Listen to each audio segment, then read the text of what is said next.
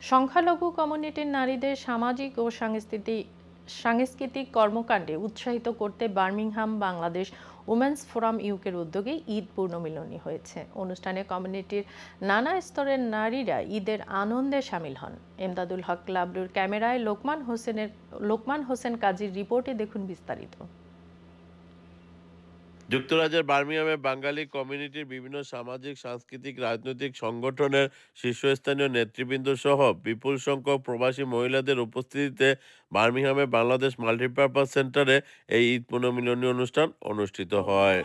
বাংলাদেশের জাতীয় সঙ্গীতের মাধ্যমে শুরু হওয়া অনুষ্ঠানে বাংলাদেশ মহিলা ফোরাম ইউকের সভাপতি মিসেস রওশন চৌধুরীর সভাপতিত্বে হাফিজা মোস্তফা ও নাবিল চৌধুরীর যৌথ সঞ্চালনায় অনুষ্ঠিত উক্ত ঈদ পুনর্মিলনীতে সংগঠনের নানান পরিকল্পনা নিয়ে বক্তব্য রাখেন বাংলাদেশ উইমেন্স ফোরাম ইউকের সভাপতি মিসেস নাজমা খালিক, হাফসা সিদ্দিকী ও জলির রহমান।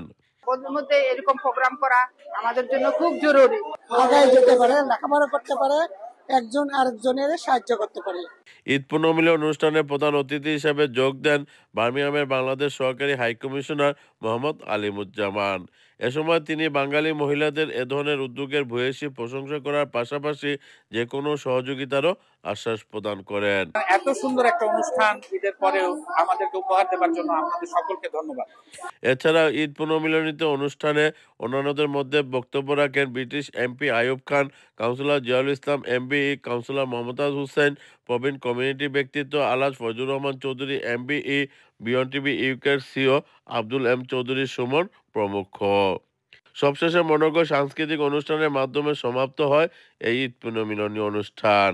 বার্মিংহাম থেকে লোকমান হোসেন কাজী, আয়ন টিভি।